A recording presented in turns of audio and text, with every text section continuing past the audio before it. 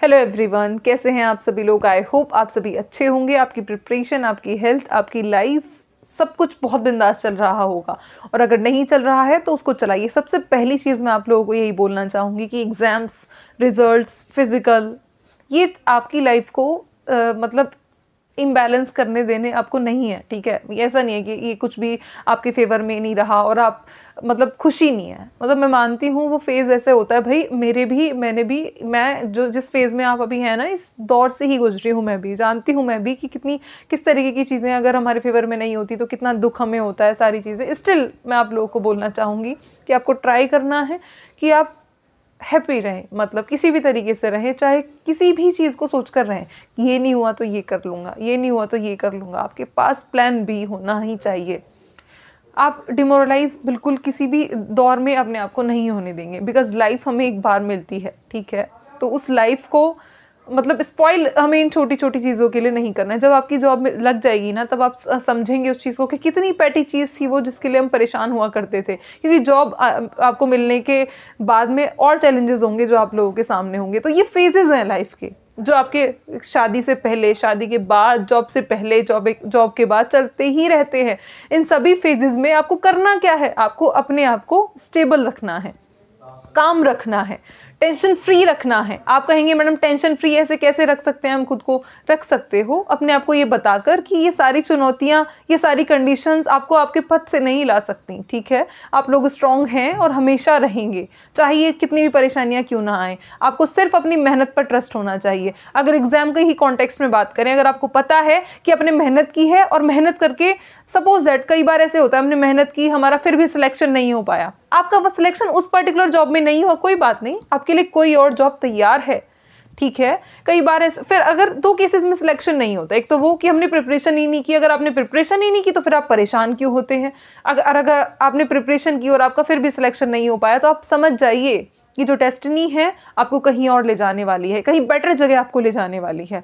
Hopeful रहना है हमेशा, पॉजिटिव रहना है हमेशा। खुद पॉजिटिव रहो, आसपास वालों को भी पॉजिटिव रखो, पॉजिटिव वाइब्स क्रिएट करो। ठीक है, ये सबसे इंपॉर्टेंट चीज़ है आपकी पूरी ज़िंदगी की।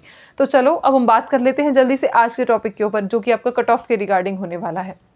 सबसे पहले जो कमेंट सेक्शन में भी आप लोगों को रिप्लाई मैंने किए थे, सेम चीज़ मेरी आज भी रहने वाली है। पिछली बार का जो आपका दिल्ली पुलिस का एग्ज़ाम था, उसके डेटा को एनालिसिस करके, मेरे पास थोड़े उन मोड्स की कमी है जिनमें मैं आपको डेटा दिखा पाऊँ। ठीक है, तो ज़रूरत भी नहीं है आप लोगों को वो, उनका एनालिसिस करने के बाद में मैं आपको ये चीज़ थोड़ा बता रही हूँ। तो cut off, exact cut off ना बता के मैं आपको एक स्पैन बताऊँगी मार्क्स का, कि इतने मार्क्स से इतने मार्क्स के बीच में आंसर की बहुत सारे बच्चे अभी देख ही लेंगे, जल्दी ही लिंक आ चुका है, एक्टिवेट जल्दी ही होने भी वाला है।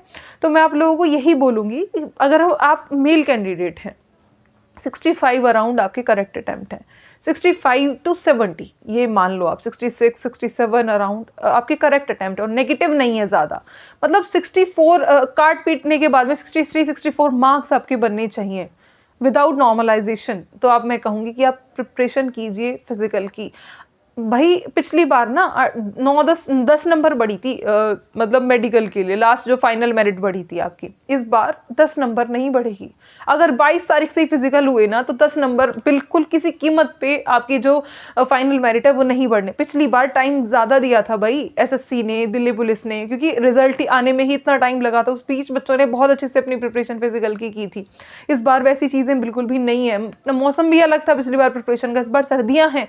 ठीक है, तो 10 नंबर तो किसी कीमत पे आपकी मेरिट फाइनल नहीं बढ़ने वाली है।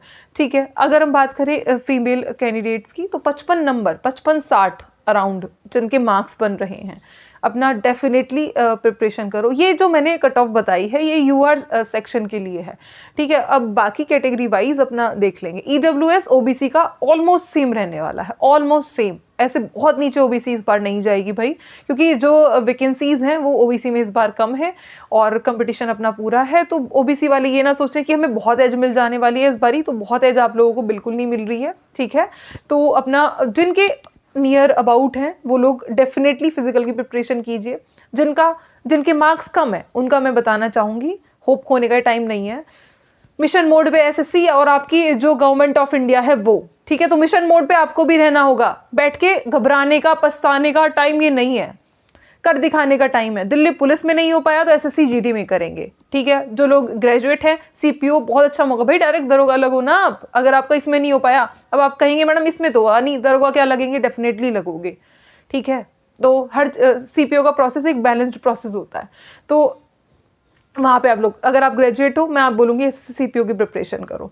ग्रेजुएट नहीं हो, एसएससी जीडी की प्रिपरेशन करो। एसएससी जीडी सीएचएसएल आ रहा है, सब कुछ, इतनी सारी चीज़ें बैक टू बैक आ रही है।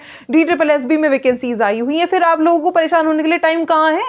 परेशान होकर आप किसका खराब कर देने वाले हैं? किसी का कुछ खराब नहीं होगा, टाइम जाएगा, आप लोगों का जाएगा। जितना लेट करोगे, जितना परेशान होकर अपना टाइम वेस्ट करोगे ना, और लोगों से पीछे होते चले जाओगे, फिर फायदा, फिर कौन आपके उस टाइम को कंसिडर करेगा कि भाई उस टाइम पे तुम परेशान हो रखे थे और अपनी प्रिपरेशन नहीं कर पाए। दुनिया क्या देखेगी कि इतनी साल तैयारी की और कुछ नहीं हुआ। तो ये जो साल है, जो एक एक दिन आपका प्रिपरेशन में लग रहा है ना, ये काउंट हो रहा है। आपके घर वाले, आपके फ्रेंड्स, आपके रिलेटिव्स इसको काउंट कर रहे हैं कि जी उनका बच्चा इतने साल से तैयारी कर रहा है या इतने टाइम से तैयारी। तो इस टाइम को हमें परेशान होकर बिल्कुल भी नहीं निकालना है किसी भी कीमत पे। आपके इतने मार्क्स से अबव हैं, इतने मार्क्स हैं, आप अपनी प्रिपरेशन करो। 1-2 नंबर कम है तभी भी करो। बहुत ज़्यादा नंबर अगर इनसे कम है तो मैं आपको यही बोलना चाहूँगी कि इतना थाली में ये जॉब आपके लिए फिर भी नहीं है कि बिल्कुल रेडी है जी, आपको सिर्फ लेनी ही है। नो, प्रिपरेशन इसके लिए भी करनी है। मार्क्स बहुत ज़्यादा कम है तो बिना मतलब अपनी बॉडी को ऐसे थकाएंगे नहीं, किसी नेक्स्ट एग्जाम की प्रिपरेशन कर, लेकिन परेशान बिल्कुल नहीं होंगे, डिमोरलाइज बिल्कुल भी किसी कीमत पर भी नहीं होंगे। जब ऑप्शंस बहुत ज़्यादा अवेलेबल है ना, अभी गवर्नमेंट ऑफ इंडिया भी मिशन मोड पे है, तो आप क्यों उसका फ़ायदा नहीं उठा लेते? बस पढ़िए और नौकरी लीजिए।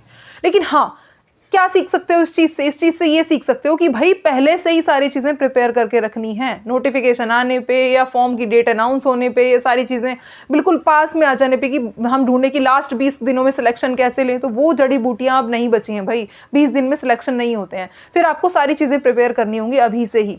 सीपीओ के लिए भी अगर टारगेट कर रहे हो ना, तो फिजिकल और अपना ये रिटर्न दोनों साथ में लेके चलो, क्योंकि फिर से फिजिकल के लिए टाइम नहीं मिलेगा, फिर से वही चीज़ वहीं से शुरुआत से शुरू करोगे।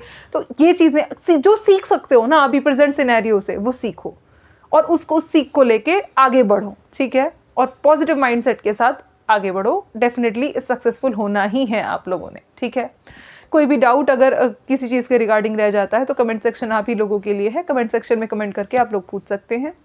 अगर मेरे एफर्ट्स पसंद आ रहे हैं तो वीडियो को लाइक कर सकते हैं, चैनल को सब्सक्राइब कर सकते हैं। मिलते हैं फिर किसी नेक्स्ट वीडियो में, तब तक के लिए जय हिंद।